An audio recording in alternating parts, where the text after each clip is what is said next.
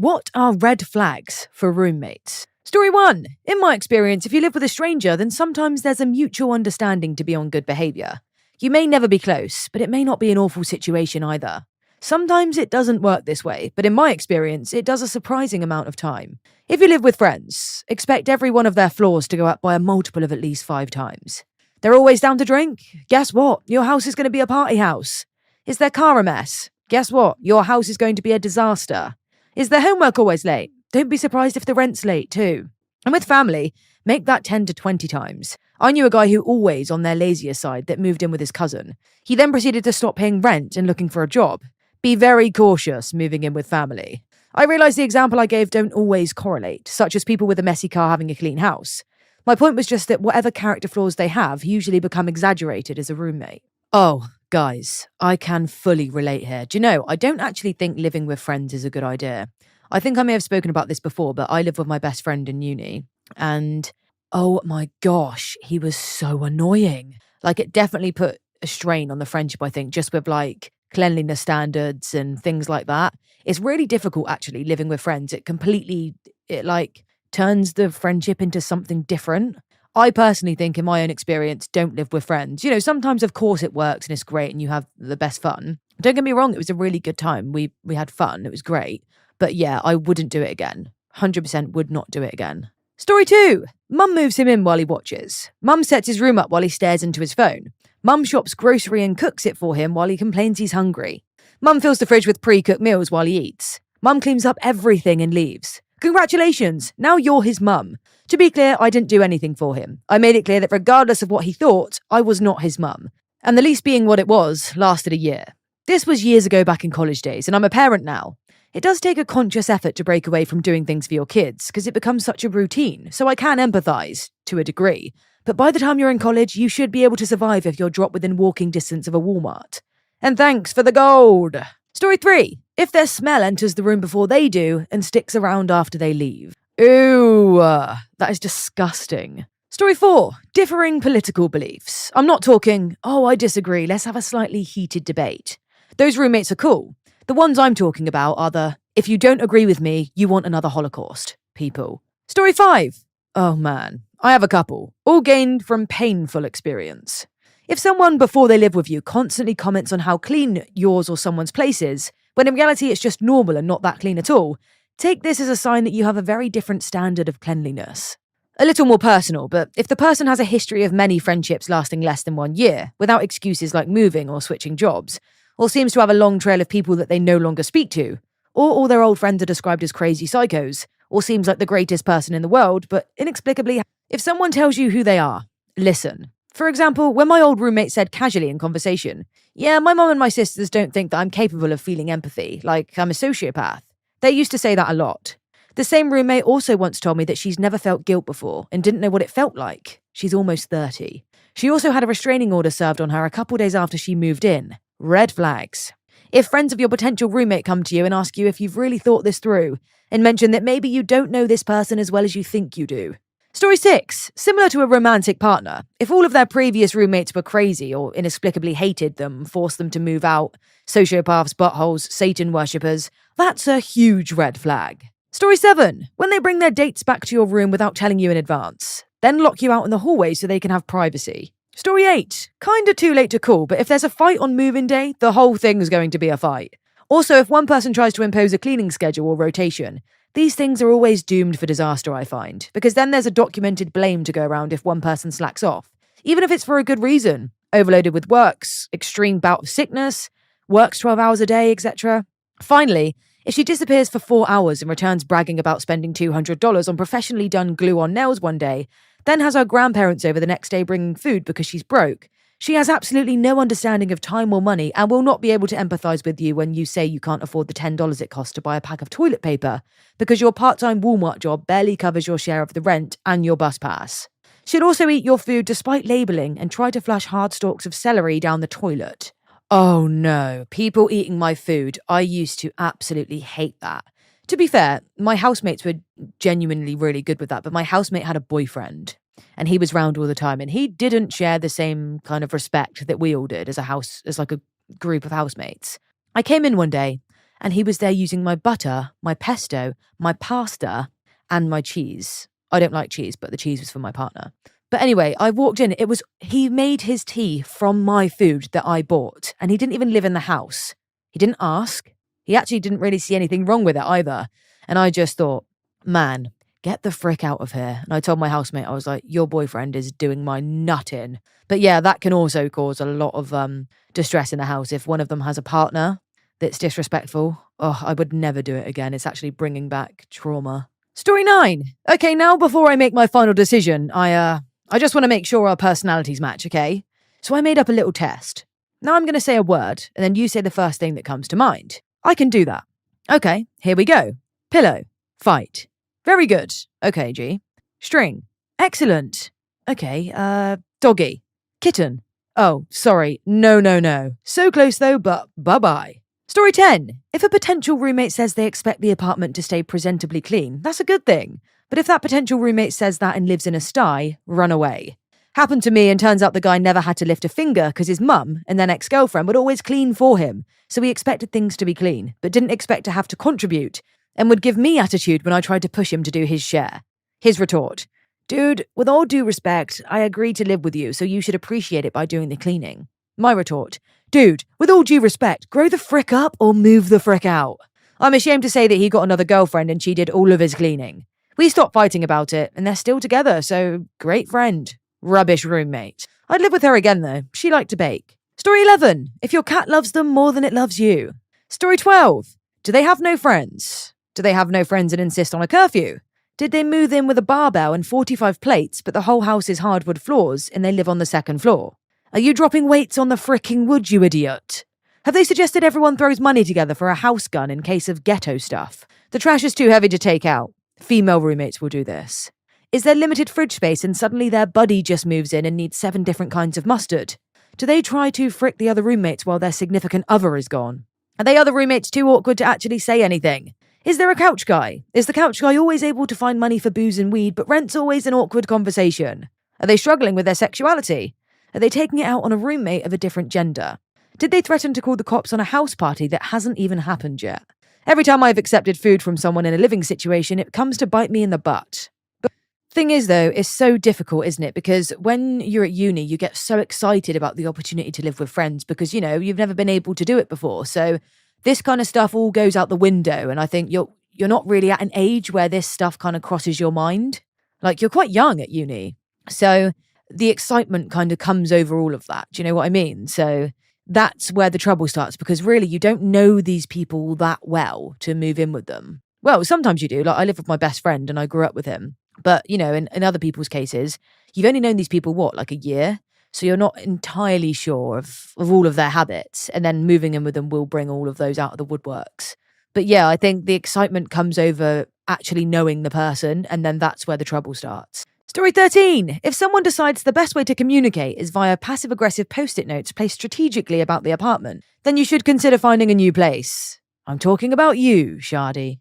Story 14. Drinking habits are a big one. If you have a roommate who's alright sober but always a problem drunk, consider having to deal with that every time. I've had roommates who were great, except their drinking was far too much. Another's expectations. My old roommate thought we'd be that household that goes out every weekend and has grill nights. I just wanted someone to pay rent. While it didn't cause major problems with me, our third roommate was roped in a lot of social events he didn't like and caused a great deal of tension. Story 15. Unable to hold a conversation that doesn't involve a quote from a Will Ferrell movie. Story 16. Draws a line across the room. This is my space, and that is your space.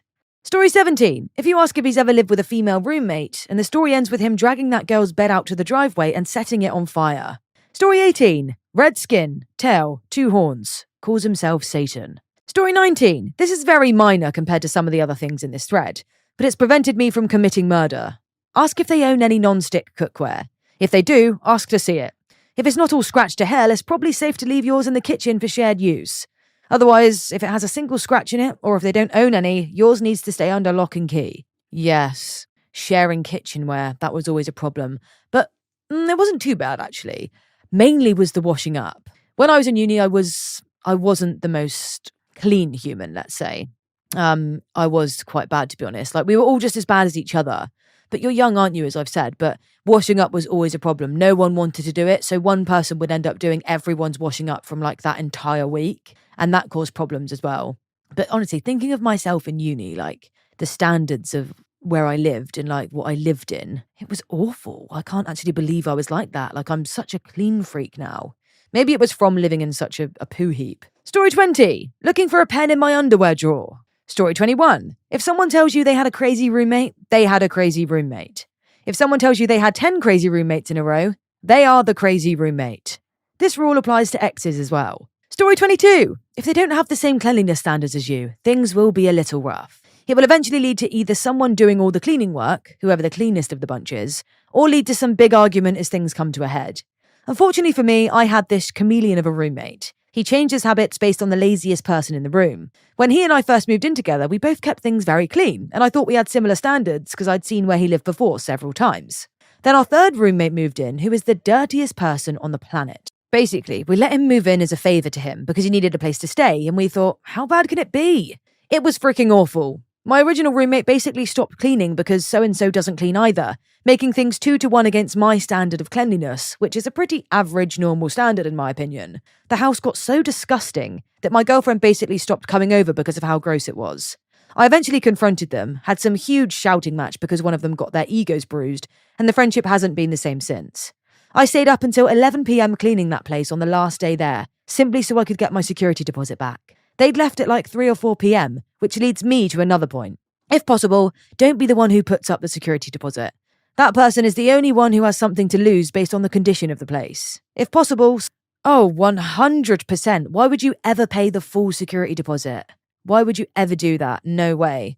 We all split it. So, if the house wasn't at a good standard when we left, we'd all lose out. So we all knew that we needed to put the work in to clean it to, like a good enough standard to be able to get our deposit back. But if you pay the full security deposit, then you are an idiot. I'm sorry, but why would you ever do that? Story 23. While talking to you, looks at their ringing phone and says, I'm going to ignore that. It's just a collections agency. Story 24. Unable to small talk or understand social cues. Can barely fricking vocalize. Unwilling to clean and keep their rubbish on their side of the room. Ooh, on their side of the room. So you're actually sharing one room with someone. No way. Wait, don't you guys do that in America? In like halls, you share one room with another person. Could never be me. Please like and subscribe if you've made it this far. I hope you'll enjoy the rest of this video and have a wonderful day. Story 25. Doesn't have a job and isn't looking for one. Their home or room is a big mess. This is based on my personal experience. Story 26. If they're ad, they say they're no drama. If they really are no drama, they won't have to announce it. Story 27. Man, lady, children. They're easy to spot and must be avoided. Or you'll hear things like, I shouldn't have to pay rent, I only stay in my room. After catching them red-handed preparing and eating my food, well, I thought it was okay now, you gave us food last night. Or, my favourite, every time they heard a lighter flick, they'd be in my room in less than 30 seconds. Oh, are you going to smoke a bowl? Can I join? Story 28. Juicing on your face while you sleep. Sorry, what? Story 29. I like to party occasionally. Hope that doesn't bother you. Means I play loud music and have people over. Story 30. Alcoholic. These people are rough to live with. One of my roommates a few years ago was an alcoholic, and not in the I have a few beers with dinner on a Tuesday way. I mean, she would guzzle full glasses of gin and tonics every day of the week, to the point where she couldn't bike home, and I would have to talk her back to the apartment at 2 a.m. when she called. She purposely did not eat in order to get as wasted as possible and would vomit clear liquid that turned the toilet bowls a weird shade of grey if left too long. If they're not mature and responsible, you're gonna have a rough time. It sucks, but be as incompassionate as possible. This same roommate got locked out one time. It was New Year's Eve. I rushed home to let her in. From that day on, she lost her keys on average twice a week and would call me drunk off her bum to let her in. If I did not instantly drop everything I was doing and rush to her, she would call, text, and FaceTime me until my phone battery died. Never lost her wallet, credit cards, or bike lock. Just her keys. Best roommates are mature, competent, and leave you alone. Story 31. Anxiously scrolls through comments to see if I'm a bad roommate. Worries about my cleanliness. Worries because I don't have any real close friends in college right now. Worries because I don't really have a life outside my own. Story 32. They have no sense of personal space whatsoever.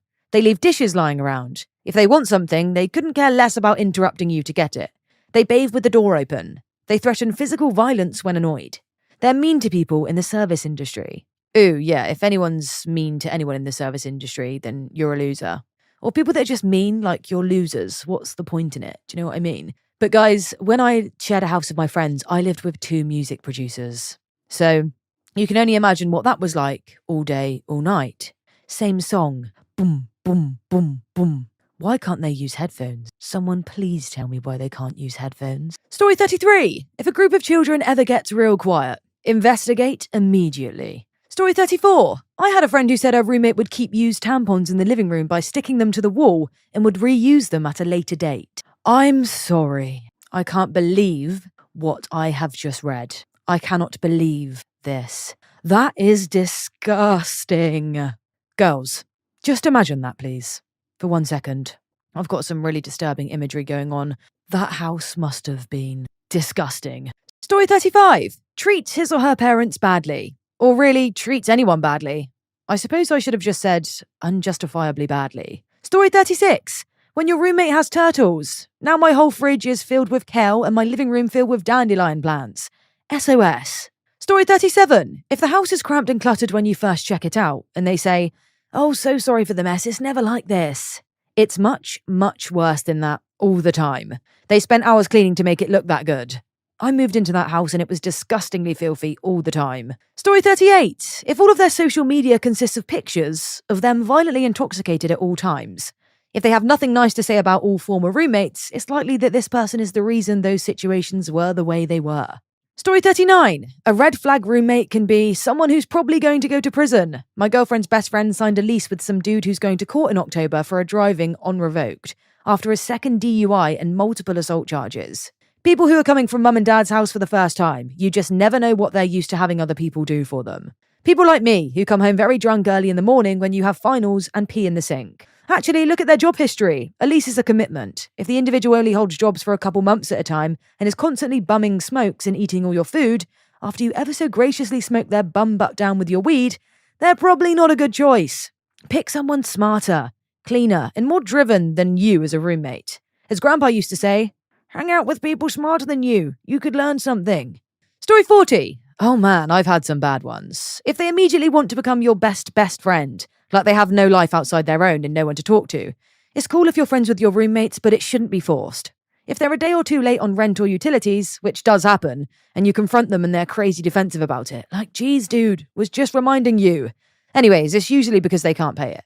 Cleanliness. Dear gosh, make sure it matches. If they're obsessed with a plate or two of yours being in the sink when they see the place, it's usually because they're a bigger slob, in my experience. Ask about their jobs and how long they've worked there. If they're constantly switching jobs, don't do it.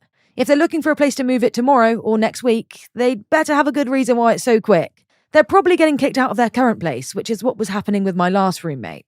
Also, even if you're not the landlord and you're just looking for a roommate, you should have it written somewhere in the lease or sublease about how you're breaking up utilities with the roommates. I don't care if they're your best friend, partner, or a Craigslist roommate. I learned that one the hard way. There really is so much to consider when moving in with someone, isn't there? Like now, being the ripe age of 26, I would definitely be checking all of this.